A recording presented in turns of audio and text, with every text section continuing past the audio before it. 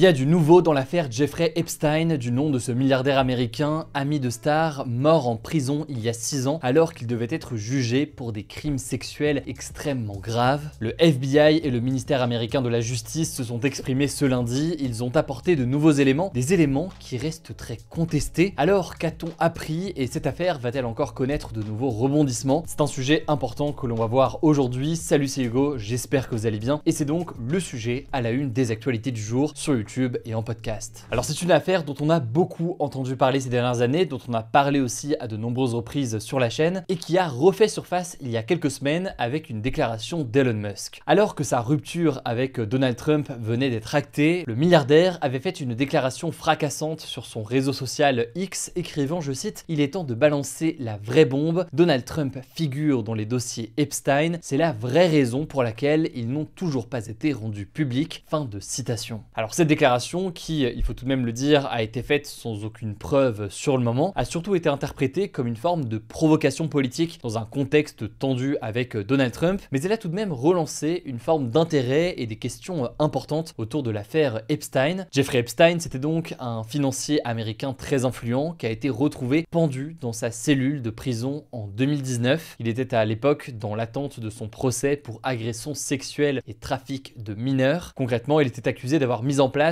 entre 2002 et 2005 au moins un grand réseau d'exploitation sexuelle de jeunes filles mineures. Des jeunes filles qu'il faisait venir soit dans ses résidences de Manhattan, de Palm Beach en Floride ou encore sur son île privée dans les Caraïbes pour qu'elles se livrent à des actes sexuels. Certaines victimes étaient ensuite poussées à recruter d'autres jeunes filles mineures pour alimenter ce système. Concernant les enquêtes, on peut donc noter qu'au début des années 2000, plusieurs dizaines de femmes ou de jeunes filles avaient accusé Jeffrey Epstein d'agression sexuelle ou encore de viol. À l'époque, une première enquête avait été ouverte en Floride et en 2008, il avait été inculpé pour sollicitation de prostitution auprès de mineurs. Sauf qu'à l'époque, il avait bénéficié d'un accord secret qui avait été négocié avec le procureur. Il avait plaidé coupable en fait à des charges minimales pour éviter des poursuites fédérales qui auraient été beaucoup plus graves. Mais l'enquête, elle est notamment relancée en 2019 lorsqu'il y a des révélations qui viennent du journal Miami Herald. Le 6 juillet, Jeffrey Epstein est donc finalement arrêté dans le New Jersey à l'aéroport à son retour de Paris. À Paris d'ailleurs, où il était aussi accusé, on a eu l'occasion d'en parler à de nombreuses reprises. Il a alors été inculpé pour trafic sexuel de mineurs et complot pour trafic sexuel. La suite, vous le savez donc, on en a parlé, il a été retrouvé mort quelques semaines plus tard dans sa cellule de New York. Faut savoir que l'enquête autour de lui, elle alimente depuis de nombreuses années des théories en raison de la richesse et de la célébrité des personnalités qui le connaissaient, mais aussi du silence de certains témoins et du flou autour de documents judiciaires, des documents qui sont encore aujourd'hui classifiés. Alors concernant les personnalités qui gravitaient autour de lui, on savait déjà que Donald Trump et Jeffrey Epstein avaient des liens et se connaissaient. Trump lui-même les avait reconnus sans qu'aucun comportement illégal ou répréhensible ne lui était reproché, en tout cas dans le cadre de cette relation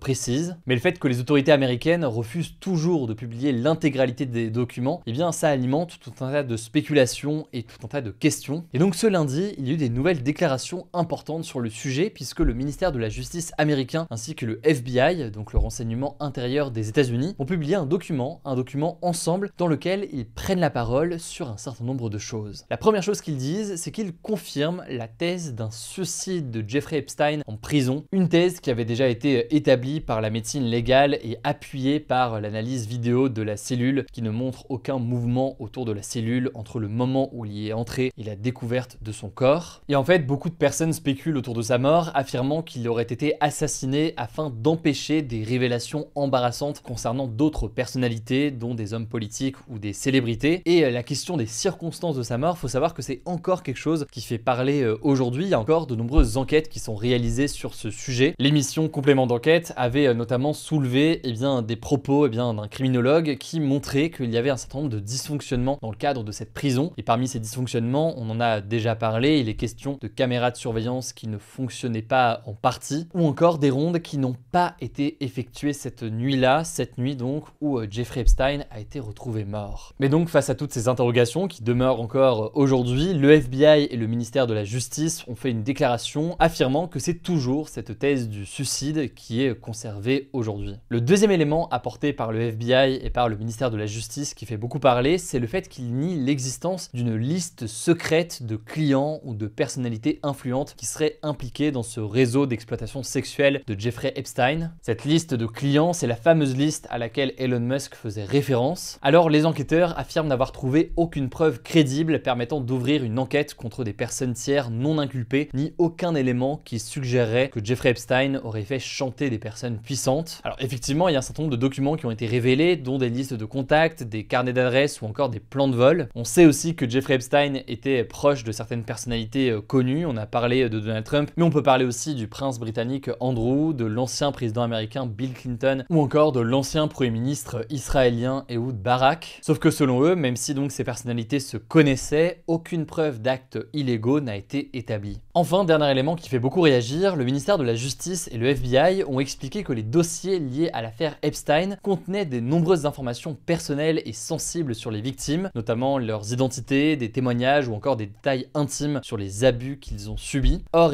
ces données, souvent mêlées à d'autres éléments de l'enquête, pourraient rendre difficile toute publication sans risquer de révéler l'identité ou l'histoire des victimes pour celles qui souhaitent garder l'anonymat. Et donc, pour respecter la vie privée de ces personnes, ils ont conclu, je cite, qu'aucune publication supplémentaire ne serait ni appropriée ni justifiée. A noter qu'au total, l'enquête a permis d'identifier plus d'1 millier de victimes potentielles d'Epstein, c'est ce qui a été révélé. Et certaines de ces victimes ont déjà témoigné publiquement. Alors on le disait, face à ces déclarations du FBI ou encore du ministère de la Justice états-unien, un certain nombre de personnes ont réagi, estimant ne pas être convaincues et estimant aussi que Donald Trump les a trompés. On peut noter par exemple que Judicial Watch, qui est une organisation conservatrice qui se donne pour mission de contrôler l'État, s'oppose à cette décision et estime que les documents doivent être rendus publics. Par ailleurs, il faut noter que ce que dit ici le FBI et le ministère, ça contredit directement l'administration de Donald Trump elle-même. En effet, la procureure générale des États-Unis, Pam Bondi, avait déclaré posséder une liste des clients de Epstein, déclarant même l'avoir sur son bureau. C'est ce qu'elle avait déclaré avant que son équipe ne rétropédale peu de temps après, déclarant que la procureure évoquait le dossier au sens large et pas une liste de clients. Alors dans les réactions offusquées, il y a aussi eu celle du milliardaire Elon Musk qui a tweeté une image avec écrit, je cite, « Quelle heure est-il ? Oh, il est l'heure de personne n'a été arrêté une nouvelle fois ». En tout cas, on peut tout de même noter que la complice et ancienne compagne de Jeffrey Epstein, Ghislaine Maxwell, a été condamnée à 20 ans de prison pour crimes sexuels en juin 2022 à New York. Elle aurait recruté et préparé les jeunes filles pour Jeffrey Epstein et parfois elle-même participé aux abus. Pour le moment, aucune nouvelle inculpation n'a été décidée contre d'autres proches de Jeffrey Epstein, mais ça me paraissait intéressant donc de faire un point sur le sujet et sur ce que l'on sait factuellement sur la situation entre les déclarations donc du FBI, du ministère de la Justice et les réactions en face. Je vous mets directement en description un certain nombre de liens si vous voulez en savoir plus sur ce sujet-là. Évidemment, on vous tient au courant. Au passage, pour tous les nouveaux, je rappelle que ce format, il est aussi en newsletter. Chaque jour, vous pouvez recevoir l'essentiel de l'actualité par email. C'est gratuit, vous pouvez tester et vous désabonner autrement à tout moment. Je vous mets le lien en description. Je vous laisse avec Morgane pour les autres actualités importantes de la journée et je reviens juste après. Merci Hugo et bonjour à tous. On commence avec cette actu. On vous en parlait hier, le premier ministre israélien Benjamin Netanyahou a rencontré Donald Trump ce lundi à Washington DC et les deux hommes ont parlé de la situation au Proche-Orient. Donald Trump s'est dit convaincu que le Hamas veut un cessez-le-feu et qu'il pense qu'il n'y a pas de blocage et que les choses se passent très bien. En parallèle de cette rencontre, des négociations se passent actuellement à Doha au Qatar entre Israël et le Hamas pour atteindre ce potentiel cessez-le-feu. De son côté, Benjamin Netanyahou a affirmé travailler avec les États-Unis pour trouver des pays qui pourraient accueillir le peuple palestinien. Cette proposition est très critiquée par les Palestiniens eux-mêmes et peut constituer un crime de guerre selon le droit international. Il a indiqué qu'Israël gardera toujours le contrôle de sécurité sur la bande de Gaza, laissant penser que la création d'un État palestinien est définitivement exclue. Le dirigeant israélien a aussi affirmé avoir proposé Donald Trump pour le prix Nobel de la paix, disant qu'il, je cite, rétablit la paix dans une région après l'autre. Le prix Nobel de la paix récompense la personne ou le groupe qui a le plus contribué dans l'année au maintien de la paix au sens large, donc aussi par exemple la défense des droits de l'homme.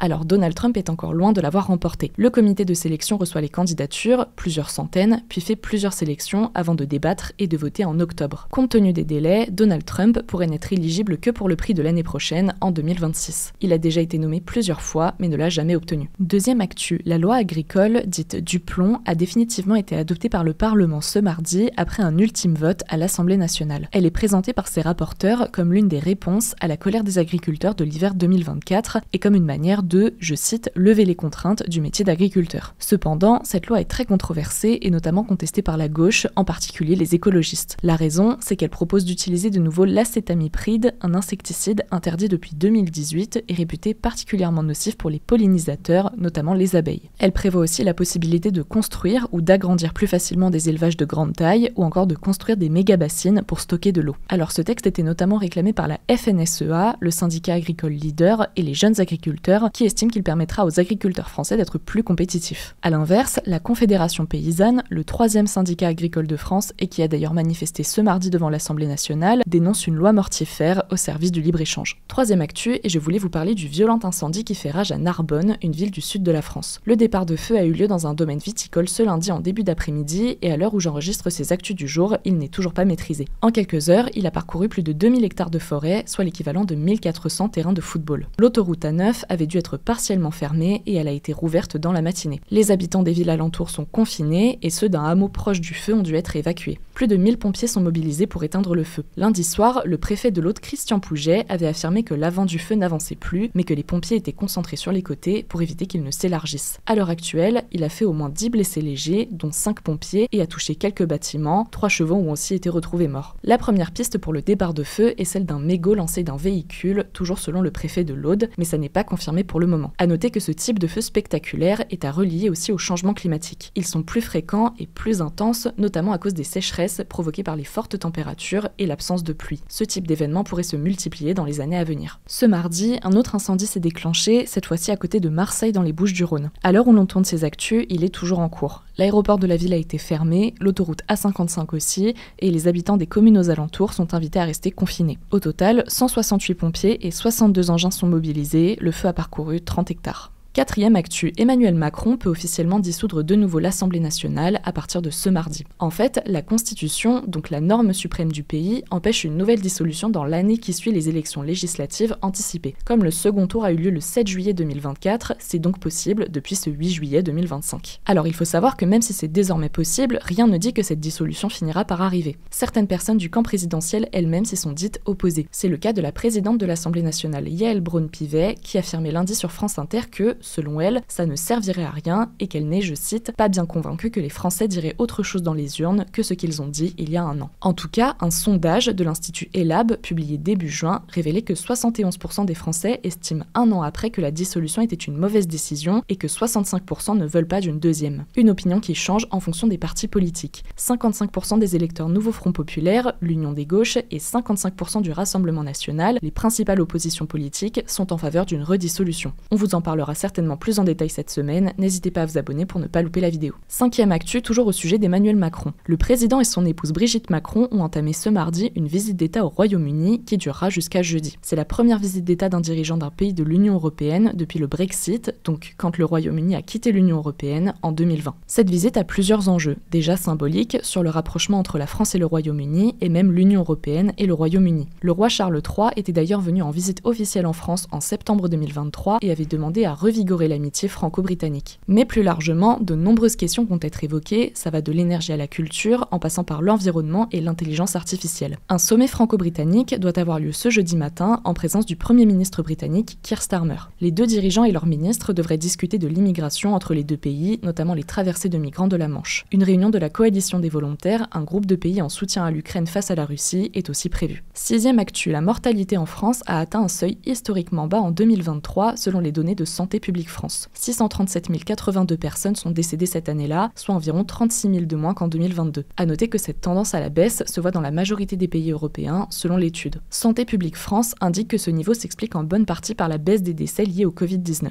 En France, la première cause de mortalité sont les cancers, à 27%, suivis des maladies cardiovasculaires comme les AVC ou les infarctus, à 21,4%. La mortalité due au cancer a baissé au global, mais augmenté pour certains cancers spécifiques, notamment celui du pancréas. L'étude souligne aussi que la mortalité est plus forte en Outre-mer et dans les territoires ruraux, hors de l'influence des villes. Elle ne précise pas pourquoi, mais ça pourrait être dû à un accès aux soins plus difficile, par exemple dans les déserts médicaux. Et enfin, dernière actu, les résultats du brevet des collèges sont publiés depuis ce lundi et étalés toute la semaine jusqu'à jeudi. Alors les académies de Corse, de la Réunion et de Mayotte ont ouvert le bal ce lundi et les autres sont arrivés aujourd'hui ou arriveront plus tard dans la semaine. La publication des résultats est étalée sur 4 jours pour permettre une gestion plus fluide pour les académies. Le planning complet est disponible disponible sur le site du gouvernement, je vous mets les liens dans la description. Et félicitations à celles et ceux qui nous écoutent et qui viennent d'avoir leur brevet. Et voilà donc pour les actualités du jour, n'hésitez pas à vous abonner si jamais c'est pas encore le cas. Prenez soin de vous, prenez soin de nos proches, et puis on se dit à très vite pour une nouvelle vidéo.